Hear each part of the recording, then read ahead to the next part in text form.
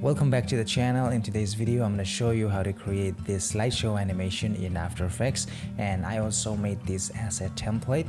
If you love what I do and want to support me, you can definitely go and buy the template from the link below. I would really appreciate that. Alright, let's create a new composition. I am going to rename this main comp and I'm going to hit OK. It's 5-second composition, and first things first, let's import the image inside the new comp and scale it down to fit the composition.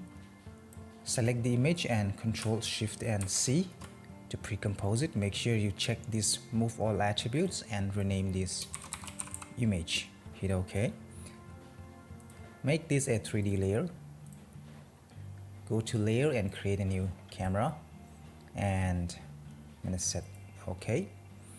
Once you have that, select the image, go and select this ellipse tool and make sure selecting on the image, double click on this and you're going to create a mask, and go to mask and set this mask from add to subtract. Go to this view, set this view to 2 views. Let's select the image and I'm going to duplicate this image and move it away from the camera. And as you can see here in the camera perspective, it has been scaled down. So I'm going to select this and I'm going to scale it up to fit the composition. I'm going to select the duplicated layer, double click on the mask, and holding down Ctrl and Shift, I'm going to scale down the mask. I'm going to go and duplicate a few copies of this.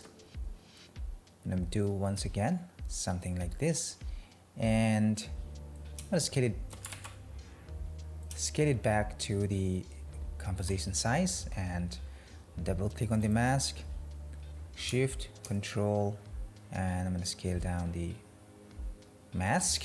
I'm going to do one more time. Just move it back, scale it up,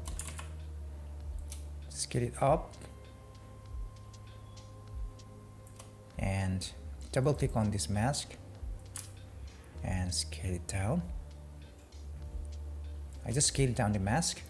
I'll do it one more time, Control D, and move it back, scale it up, and I'm going to delete the mask at the last one.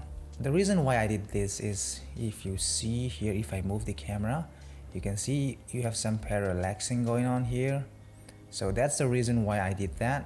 Once you have that, I'm going to animate the camera. So select the camera, hit P, Shift and A.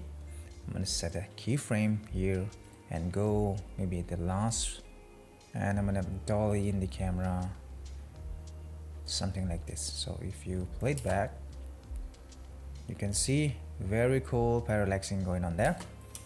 Alright, let's go back to one view, active camera. I'm going to set it to fit. Alright, that's very cool. Let's go ahead and create a text. So I'm going to create a text. Alright, let's make this bold and thick font. I'm going to use this Montserrat font and make this a 3D layer as well. And maybe even scale it up, and you can position the text anywhere you want. And I'm going to adjust the paragraph to something like this. I'm going to set somewhere here, and maybe I'm going to go back to 2 views, and the text is somewhere here, and I'm going to move it backwards, maybe somewhere here, and I can scale the text up and position it in the scene somewhere around here, even like this. The text is behind the first image, so it is hidden here, so I don't want to do that. Maybe I'm gonna move it somewhere here. Alright, that's very cool. So once you have this text, I can add a text animation, which I've already made a template slide from below. So you can download these text animation presets from my website. It's totally free. You can use it on your own projects. So select all the layers and pre-compose it, Control Shift and C. and I'm gonna rename this slide 1, and I'm gonna hit OK. All right, let's go ahead and create a shape layer, which is gonna be an ellipse, and I don't want a stroke, and I just need a color, a fill of black, and I'm gonna draw a circle, ellipse, hold down shift and draw it, and make sure you cover the entire composition. What I'm gonna do is I'm going to add a position animation to this. Select both the layers, hit P, and I'm gonna go few frames and set a position keyframe, and I'm going back to the first, and I'm gonna slide both of these to the left, and I'm going to offset the timing of this shape layer.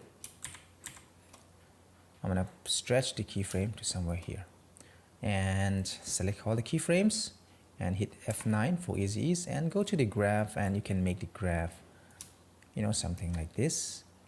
All right. Okay, that's very nice, and we're gonna mask this out. So go to this track mat and point this to the shape layer, and what we're gonna have is this. Maybe we're gonna offset this a little bit more. All right, that's very nice. Once you have this, we're gonna duplicate these layers. Control D to duplicate and move it up. Maybe offset it a little bit, and we're gonna add an effect here, which is gonna be magnify. So I'm gonna add a magnify. You can increase the size of this to cover the entire composition. You can just stretch this out, and you can increase the magnification to 180 if you want. So once you're done with that, you have to change this track mat to this layer and unsolo this, and you can see. I'm also going to add a Gaussian blur to this layer. Gaussian blur, and I'm gonna crank it up to maybe 30, and I'm gonna just duplicate this shape layer, Control D, and turn it on. I don't want a fill, I just need a stroke, white stroke, and I'm gonna, let's see what we have. I'm gonna increase the stroke to maybe around 5 pixel, and I'm going to add an effect, Gaussian blur, once again, maybe 20, and even lower the opacity of this to 20, and maybe even crank up the.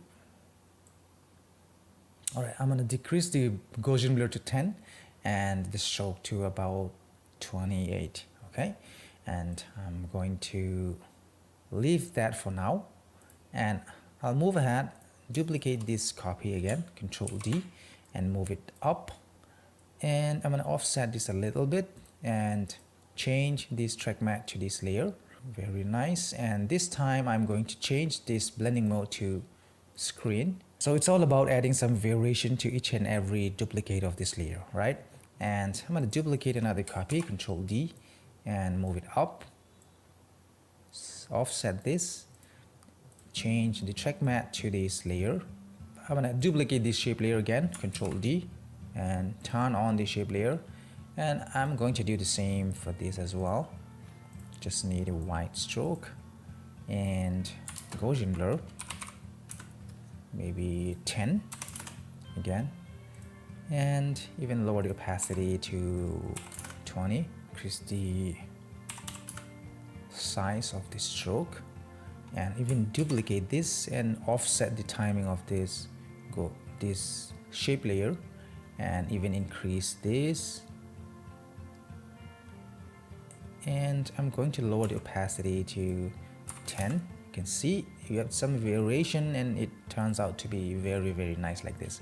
These are just simple animations, so just duplicate one more time, move it up, offset the timing, and I'm going to change the track mat to this, and that's going to be the final one. One more thing I forgot to add is I'm going inside this slide 1, and what I did was I duplicate this layer, Control D, scale these up, and I flip this color to just stroke, adjust this, and offset this in 3D space, and I scale it all the way up something like this to have some lines like that, random lines. And I went to the source of the text and I added a little expression. Hold down Alt and click on this source and pick whip and point it to the source of the main text. So if you change this text, say slide, you can see that it changes. Show. Very cool. And select this second layer, and maybe I'm going to change the thickness of this to 0.2. Maybe you can remove the text animation from this. Go to text, and I'm going to remove this animator one. Just shut off this and duplicate this few more times, and maybe I'm going to scale it down this time. Scale it down and move it in 3D space. Sorry, hit P and move this towards the camera, and maybe I'm gonna scale it down. You can reposition somewhere. You can also go ahead and duplicate a few more copies. So the final touch is adding a texture. Add a texture on top of this, and I'm gonna set this to a 3D layer as well, and change this blending mode to screen, and move the position towards the camera, and maybe even scale it down, and you have that.